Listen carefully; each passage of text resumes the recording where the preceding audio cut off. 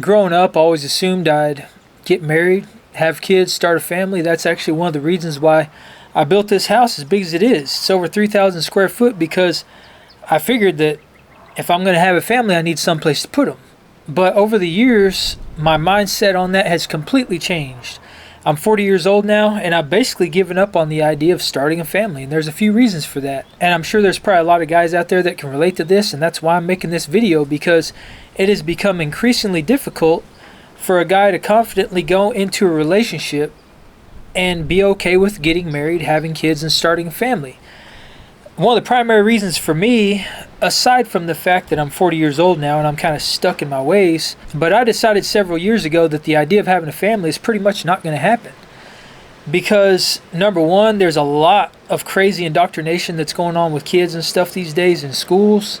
The stuff they're teaching kids is just freaking abhorrent, and I do not agree with any of it. They're pushing all these sexual agendas and all these crazy ideologies in schools now. And when you're a parent and you're sending your kid off to school, that's all this time that you don't have with the kid, because it's up to you as a parent to shape your kid into the person you want them to become and to teach them right from wrong and essentially protect them from all the things that you don't want them to see. But when they're in school, you can't do that. And the only alternative to that is private schooling or homeschooling. But then, with homeschooling, you're taking your kid away from the social interaction and all the things they be learning when they're in school, as far as how to socialize with people, how to make friends, how to deal with people in general, and that's a very important part of life. So it's kind of a give or take. But for me, the idea that my kid's going to be stuck in school learning all this crazy stuff and not getting the proper education, especially not the education that I would like to see them get, which would be like critical thinking, life skills, finance, money, skill trade, all these very important things in life that they really don't teach in school. So that was a big thing for me. And just the direction of the world, the crazy way the world was going for a while, and kind of still is in a way, I couldn't imagine bringing a kid up in that, because I myself find it hard enough to navigate sometimes. I went through a bunch of crazy stuff with my health. I know all about suffering and what it's like to feel completely lost, hopeless, have no sense of direction, no purpose. You can't find meaning in life. And, I've suffered from anxiety and depression and all these horrible things. And that was hard for me. So the idea that I would have a kid and bring them up in this crazy world and possibly have them suffer through a lot of the same crazy things that I suffered through is just something that I decided I'm not willing to live with. And another big reason is because as a guy, going into a relationship, getting married and stuff, it comes with a lot of risk. And it's no fault of our own. It's no fault of the male or the female sex. It's the way the court system's set up. It's the way our society is geared in general.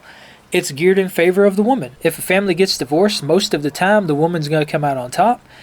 And as somebody who has established a very good life for myself, I'm financially secure, I'm debt-free, I own my own home, I've accomplished a lot of fantastic things in my life.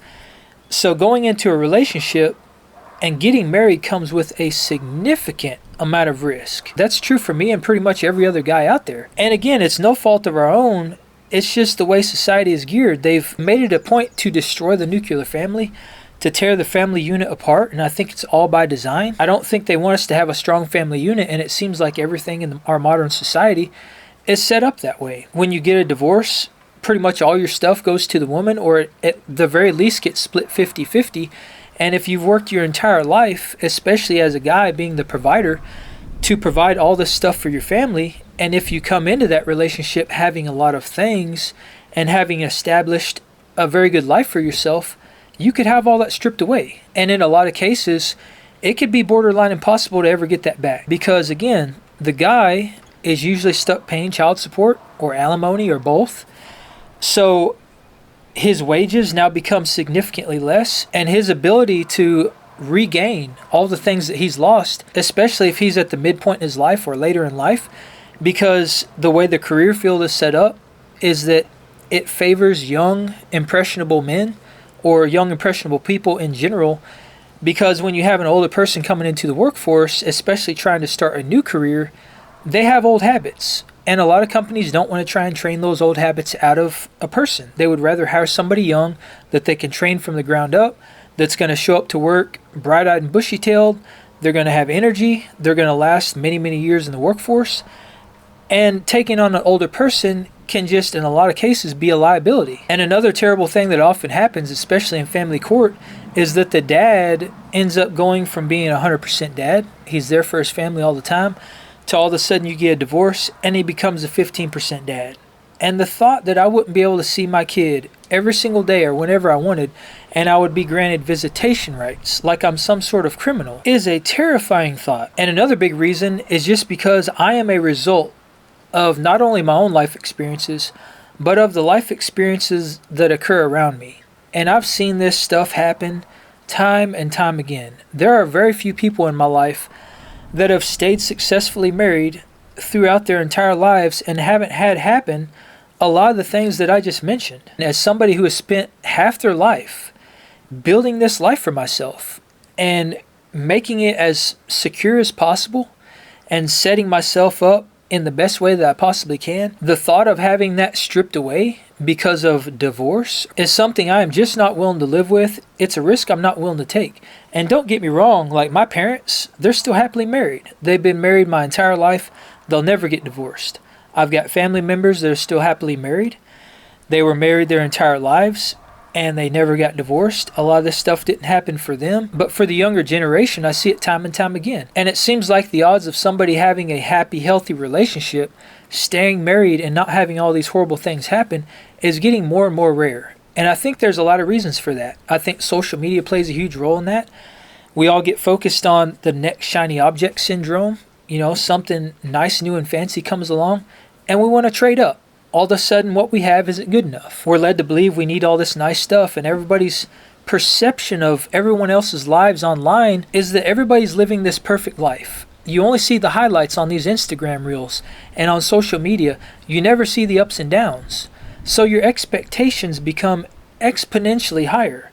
And then when it comes to things like sex and intimate relationships, we expect so much more because we've been watching porn and we see all this crazy, these crazy sexual experiences on TV, and everybody's cheating on their husbands and wives, and we just think that's the way it should be. So when it comes to going in the bedroom, we have these super high porn star expectations that can never be met. We objectify the opposite sex. We think that it has to be some crazy, awesome experience every time we have an intimate relationship. But what we've done is we've hyper-stimulated ourselves with all this content and all this media that throughout all of history we would have never had access to. And it's completely rewired and screwed up our brains. That's the bottom line, is that the stuff we're exposed to is not natural. The stuff that we see is not stuff that we should be seeing, especially not in the amounts that we're seeing it. We're not meant to have this level of pleasure and dopamine hits and instant gratification in the way that we do in the modern age. And that has completely skewed our view of the world, especially when it comes to relationships. And what it boils down to is I think it's essentially stripped away our moral fabric. It's taken away our values and our ethics in general. And I think it's really caused us to lose respect for our partners. And I see that in relationships all the time too, is that partners don't really respect each other in the way that they used to. It's a different world than what we used to live in 50 to 100 years ago. It's become so easy now to just throw in the towel and to just give up and walk away, knowing that you're going to be financially secure. You're going to walk away with at least half. You're going to, get the kids, or you're going to get split custody. You're going to get half the money. You're going to get whatever. And you're going to be able to just walk away with no ramifications and start your new life, your new relationship. And it's all going to be fine and dandy. Whereas that used to not be the case, and people weren't so eager to do that before we've gotten caught in this modern, materialistic, commoditized society. Because everything's become commoditized, including relationships. And that's a terrible thing, because I think it's really just taken us away from what is natural. It's pulled us away from the family unit. The man is no longer there to support the family, which throughout all of history, the man played a very important role in the family because he was the protector. He was the provider. And that is simply not the case now, because the man can be stripped away from the family unit, and essentially the family doesn't need a man to get by. And don't get me wrong, that is a great thing from a woman's perspective, because it makes the woman independent. And I think women should be independent. They should be completely empowered to live the life of their dreams and to go after all the things they want, and they should not have to be tethered to a man. And that's not what I'm getting at. What I'm getting at is that a lot of these ideologies that we've adopted around splitting apart the family unit has really led to the detriment of relationships in general. Because the fact of the matter is, when you get into a relationship, and every relationship I've ever gotten into, I think it's fundamentally important to support your partner, to have respect for your partner. You should respect your partner in the same way that you would want to be respected. You should build your partner up, not tear them down. It should be about making each other a better version of yourselves than you were when you came into the relationship. That's what a relationship is meant to do. It's meant to support each other. It's meant for being there for one another through the good times and the bad. You should encourage your partner to chase after their dreams, to go after the things in life they want, to enjoy their hobbies, to do things that don't always include you. And that's another thing I often see, is that a lot of people get very codependent and they become very reliant on the other person. And the moment that they step out and want to do something outside of what they're doing every single day, the other person gets mad.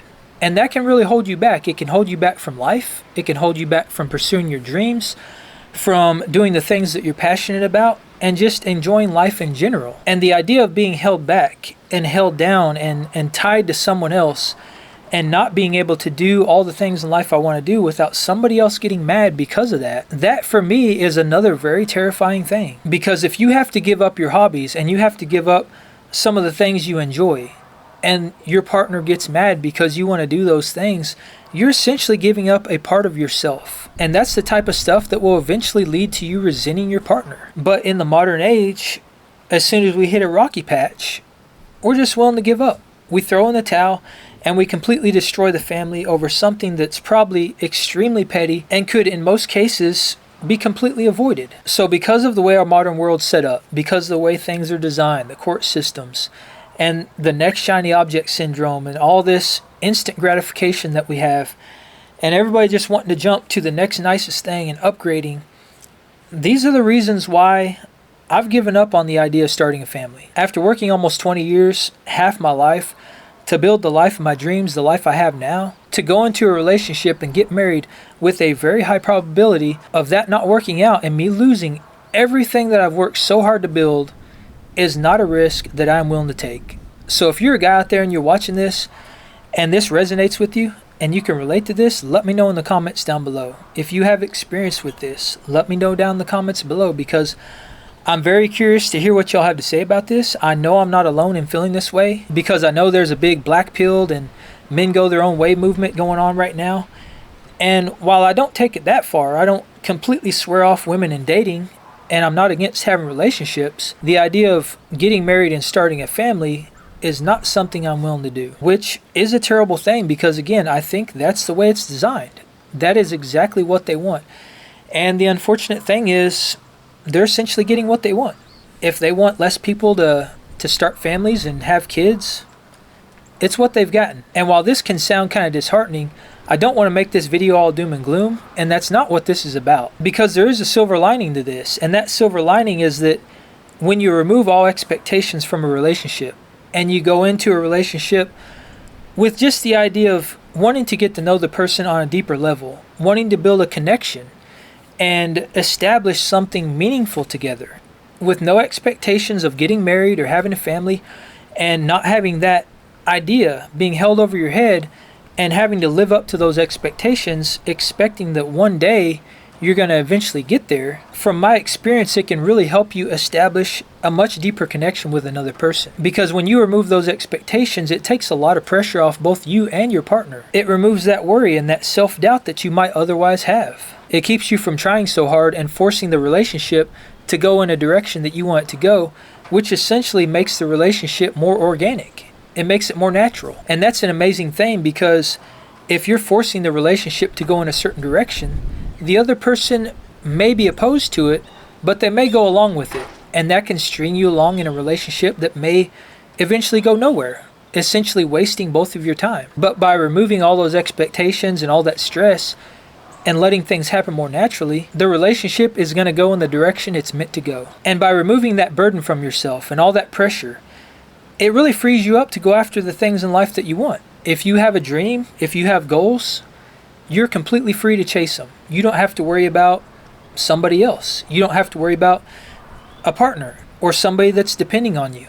You can pick up, you can move across the country, you can pursue your passions and your dreams no matter what and how big they are. The sky is the limit. And when you don't have somebody else that depends on you, you're your own limiting factor. And that is very, very powerful, because every single one of us holds the power to wake up in the morning, start a new day, and create the life of our dreams. And another amazing part to this silver lining is that when you're not tethered to somebody else and you're not codependent and you're alone, you can learn what it is to be truly happy with yourself and to love yourself without needing somebody else. Because you will never be happy or truly love someone else until you learn to love yourself, until you learn to be happy with yourself, by yourself. And that is something I've found true for myself, because there was a time where I swore off dating, I swore off women for 3 years. And those were some of the best 3 years of my life. I learned so much about myself, and all those things I just mentioned, I accomplished. Now I can be completely alone, just me and my dog, and I'm just as happy, if not happier, than I would be if I was in a relationship with somebody else.